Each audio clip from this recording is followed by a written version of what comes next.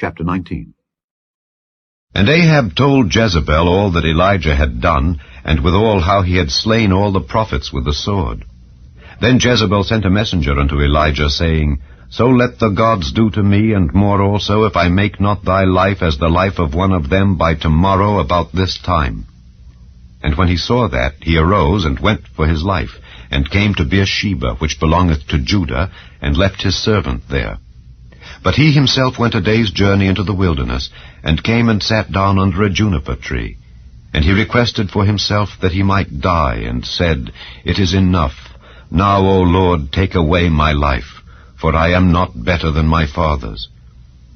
And as he lay and slept under a juniper tree, behold, then an angel touched him, and said unto him, Arise and eat. And he looked, and behold, there was a cake baken on the coals, and a cruse of water at his head. And he did eat and drink, and laid him down again.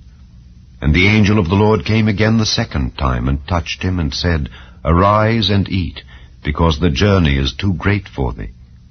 And he arose, and did eat and drink, and went in the strength of that meat 40 days and 40 nights unto Horeb, the mount of God. And he came thither unto a cave, and lodged there.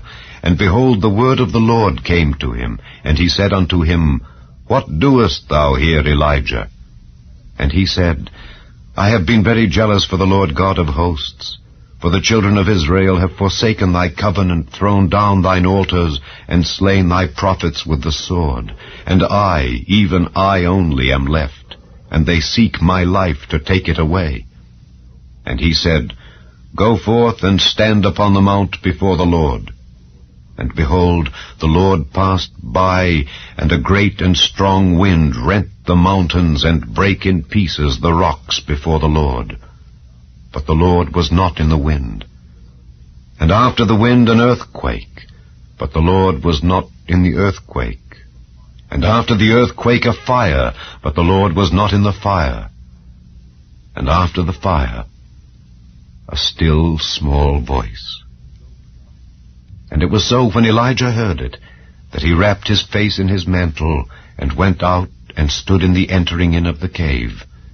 And behold, there came a voice unto him, and said, What doest thou here, Elijah? And he said, I have been very jealous for the Lord God of hosts, because the children of Israel have forsaken thy covenant, thrown down thine altars, and slain thy prophets with the sword. And I, even I only, am left, and they seek my life to take it away. And the Lord said unto him, Go, return on thy way to the wilderness of Damascus. And when thou comest, anoint Hazael to be king over Syria.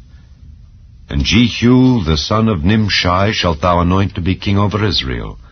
And Elisha the son of Shaphat of Abel-Maholah shalt thou anoint to be prophet in thy room. And it shall come to pass that him that escapeth the sword of Hazael shall Jehu slay, and him that escapeth from the sword of Jehu shall Elisha slay.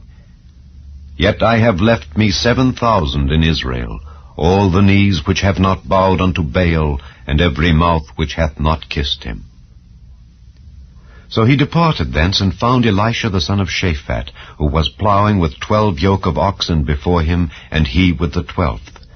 And Elijah passed by him, and cast his mantle upon him.